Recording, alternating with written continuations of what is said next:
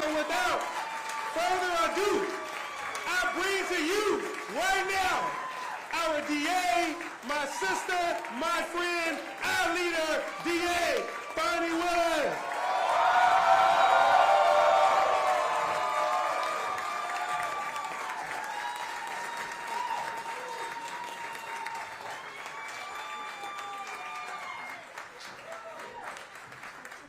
I don't know about y'all, but I love my mayor.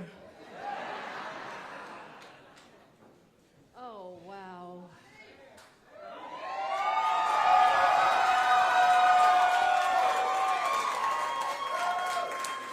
Can I take my time?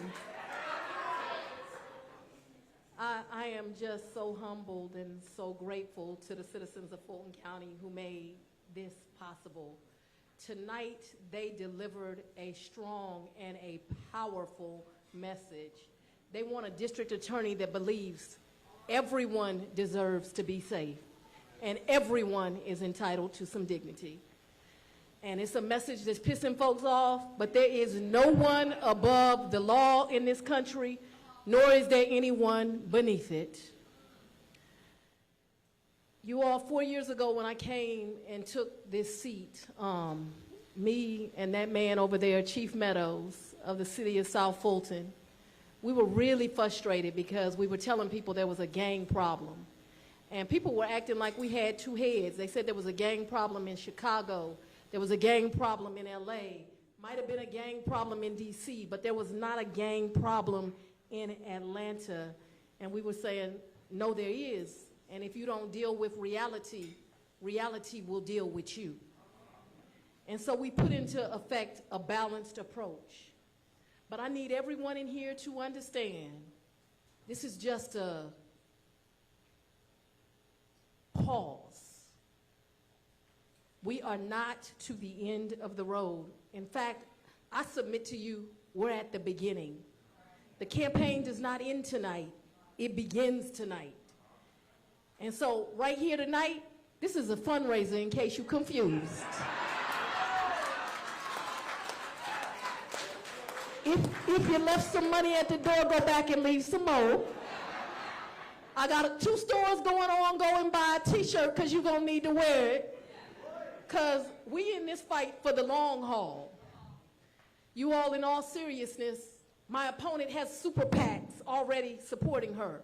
The Republican Party of this country and the state have already supported her. But right here is a grassroots campaign. Nobody is supporting me but the people of Fulton County. And so we need you all the way in. If you believe this campaign, a very brilliant woman last night, Rachel Maddow, said that this campaign and this movement is the bellwether of democracy. And we need you to support us. 4 years ago, you elected me as DA to bring crime down. And I think you've heard we've done just that. But I need to remind you of where we were 4 years ago. Not only was crime just going wild, we also were in a state where George Floyd had just been murdered. And it was on the back of many, many atrocities. And as a result of these ugly, ugly things that were happening in our communities, people were dissatisfied with law enforcement and the justice system. And guess what? They were right. There was no reason to have this. Also, there are many here that are on my team, and they know we walked into a district attorney's office that was completely broken. But if I didn't do anything else right, I put together a team of fierce warriors, and they are making a tremendous difference, changing the challenges. Let me say that for you again, what the mayor said. Homicides are down 21%. That means mamas is going home hugging their babies. You understand? Those aren't just numbers. That means mamas are attending their sons' graduations. They're going to their children's weddings. They are enjoying just having Sunday dinner, not buying caskets. I need you to understand that violent crime all over is down 25%. Rape is down 49%. Some of you will say, the doubters will say, well, crime is down all over the country. Yeah, it's down 5%. we're doing something right here in Fulton County. Understand, we have the 3rd largest crime drop in America. We only chasing San Antonio, Texas, and Arlington, Texas, and they about to be in my rear view if you know me.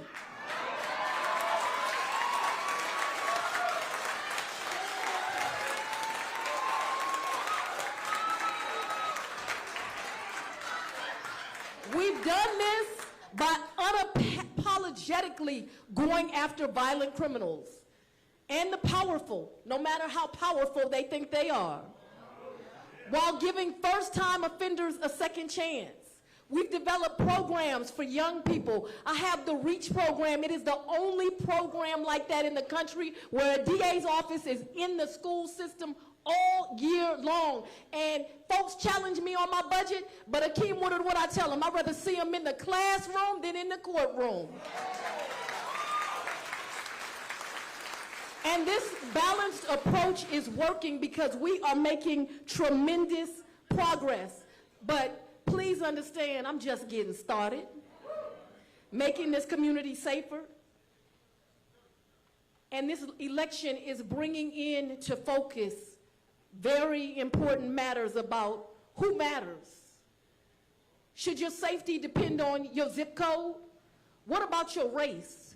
Should it depend on who you choose to love? Should it depend on if you're male or female?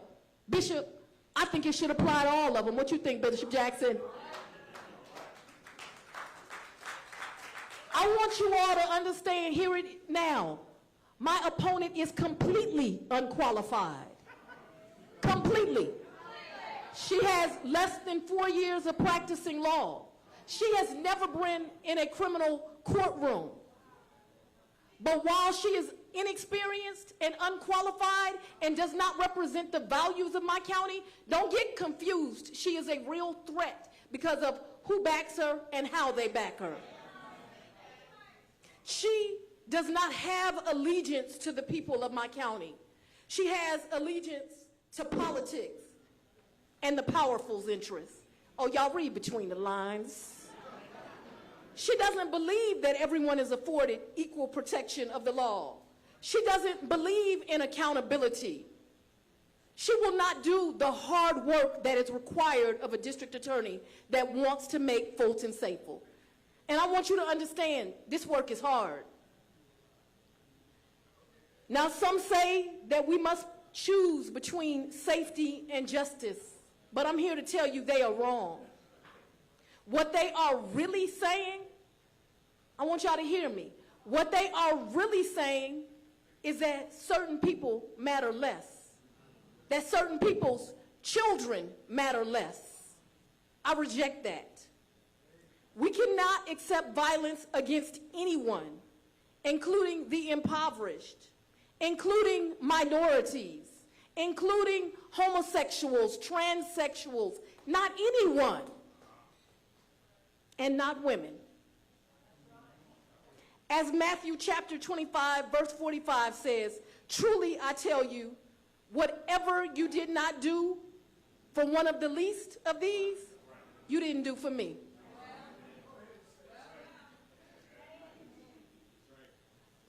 But as we have labored in the vineyards of justice, I have been under constant attack. Y'all, they done called me everything but a child of God.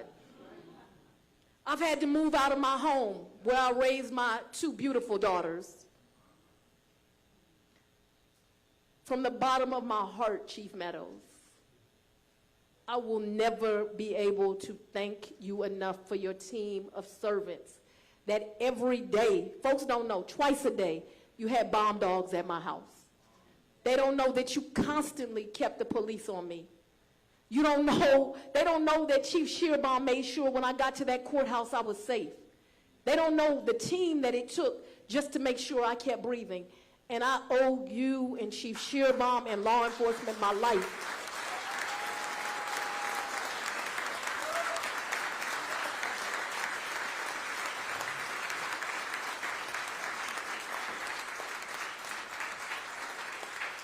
You are absolutely my hero, and I would not have gotten through this without you. But even with all the threats on my life, It is nothing compared to what the victims of violent crime in Fulton County have too often experienced, the deep sadness that comes with being made a victim. See, this is what they don't understand. They can attack us, they can beat us down, but they will not succeed. See, they don't know the fire that I come from. They don't know that Brother John Floyd. But this is the fire that we are made from. All the attacks in the world can't stop us, and they will not stop us. This is a fight for safety. It's a fight for justice.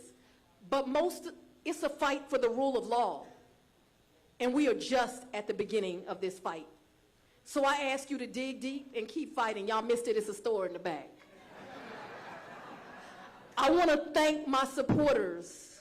I want to thank my daughters who have gone through things 20-year-olds should not have to go through. I want to thank my father who had to be displaced, who had to literally monitor my house just to make sure his child was okay. I have a really deep thank you to my friend and my partner, Mayor Andre Dickens, and a hero of mine, former Mayor Shirley Franklin. I want to once again thank Chief Darren Shearbaum, who when Dre put him as the chief, instantly said, I'm in this fight with you, and I recognize there's a gang problem. I want to thank Chief Meadows and my sheriff, Sheriff Labatt, for all their inexhaustible leadership and for the courage that they've had to do to keep me safe. Bishop Jackson, thank you for always sending those text messages, all the prayers, making sure you rounded up the faith leaders, and that I had your support. From my pastor, Pastor Pollard, I love you and your wife. Thank you for taking care of me. To so many other religious leaders, Pastor Flippin, who I saw in here tonight, who've been with me when I'm winning and when I'm losing. Thank you for always standing with me. I want to deeply thank the brave women and men who serve as district attorneys and investigators in this county. Can y'all give them a round of applause?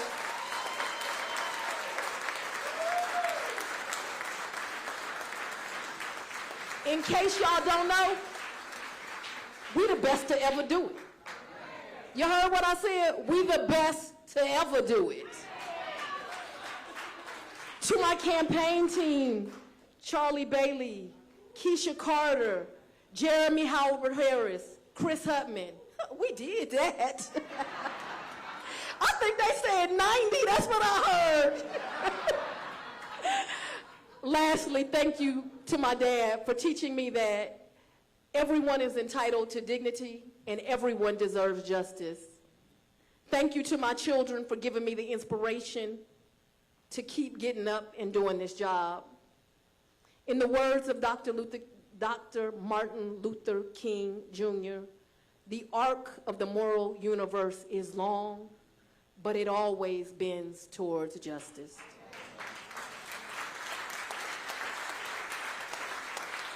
So ladies and gentlemen, tonight, every now and then you get to stop and smell the roses. And tonight we're going to stop and smell these roses. We are going to celebrate. We're going to party. The DA drinking Grey Goose, in case anybody wondering.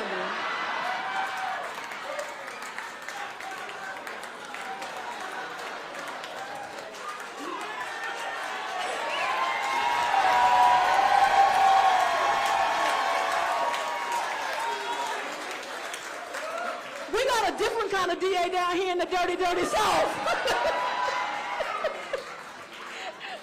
But tonight we're going to party, we're going to celebrate these victories, we're going to go to that store out there, and we're going to wake up tomorrow and fight harder. Thank you. Let's have a good night.